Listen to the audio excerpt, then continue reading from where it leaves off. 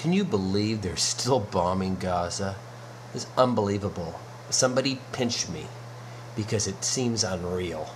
I'm getting a little taste of what it must be like to be a Muslim online. I've got people who are contacting me who are not Muslims, who are angry. Some are claiming they want to help me because I am hanging out with Muslims. They see me as if I'm swimming with sharks and I don't realize it. So now, if you saw somebody swimming with sharks, what would you say to them?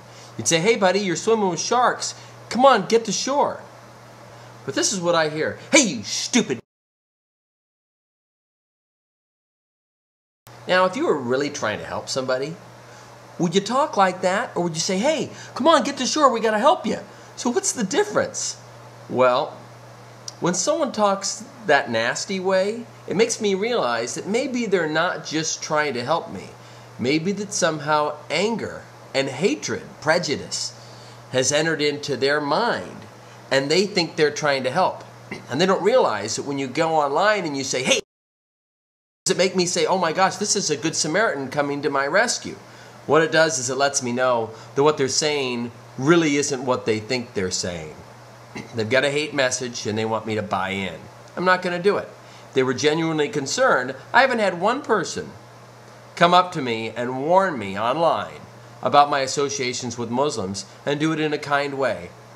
There have been kind people, but it always starts with an insult. So it makes me believe that they've got too much ego and emotion at stake. The Muslims are bent on world domination, and I'm helping.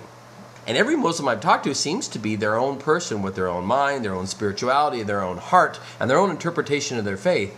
How are they all collectively conspiring to rule the world? I mean, if you look at the population, Islam is growing. Like in America, people are converting, they're choosing. So if someone chooses to convert, do they get the secret doctrine about how they're going to take over the world? If it was Nazi Germany and someone said Hitler was going to take over the world, I'd say, you know what? I would actually take that as a credible threat.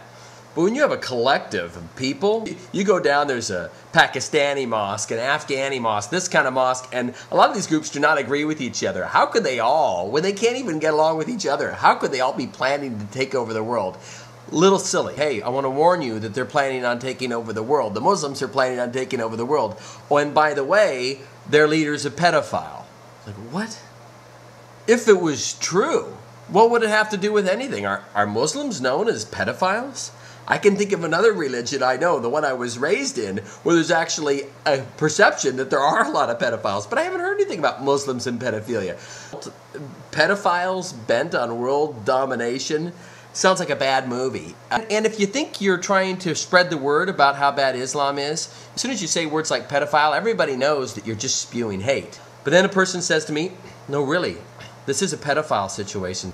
Now, I'm not going to talk about the Muslim prophet because I think that's too disrespectful. I wouldn't go to anybody's faith. I wouldn't, if someone's uncle was a pedophile, I wouldn't say anything to the person. Unless the perpetrator needs to be brought to justice. I wouldn't say anything out of respect and kindness. If someone has a horrible skeleton in their closet, why drudge it up unless you're trying to offend them? But the internet does seem to be this interesting place where it's like elementary or junior high school, where people are somehow, because they're removed and they don't have to put themselves on the line, they just put their words out there, they say some amazingly vile stuff. So rather than talking about their prophet, who I'm going to show some respect for, I do the same thing for Jesus Christ, any faith. I'm going to talk about someone who lived down the street from the Muslim prophet. What, 600, the year 600, 1400 plus years ago? This guy has married some girl at 6 years old. He's a pedophile. And he consummated the marriage when the girl was 9. I'm assuming that was when she began menstruating. If a guy in those days had married a 6-year-old and he was a pedophile, why would he wait until she was 9 years old to impregnate her? I'm assuming if he was a pedophile, he wouldn't wait at all. He would have raped her. He would have raped a child. He would have been a pedophile. I don't even know if there were pedophiles back then. There were a lot of child brides, and there probably still are in places in the world. He waited, this guy, waited for 3 years. Now, of course, that's not socially acceptable by any means today, but I'm going to go out on a limb and say every single human alive has ancestors female ancestors who were impregnated once they became fertile, when they first menstruated. And I suspect that those were the societal norms back then. It's not really a relevant issue, and it shouldn't be relevant. 1400 years ago, imagine the diagnosis a gynecologist, if there were such things, would have given you 1400 years ago. Imagine a psychologist 1400 years ago, what advice they might have given you.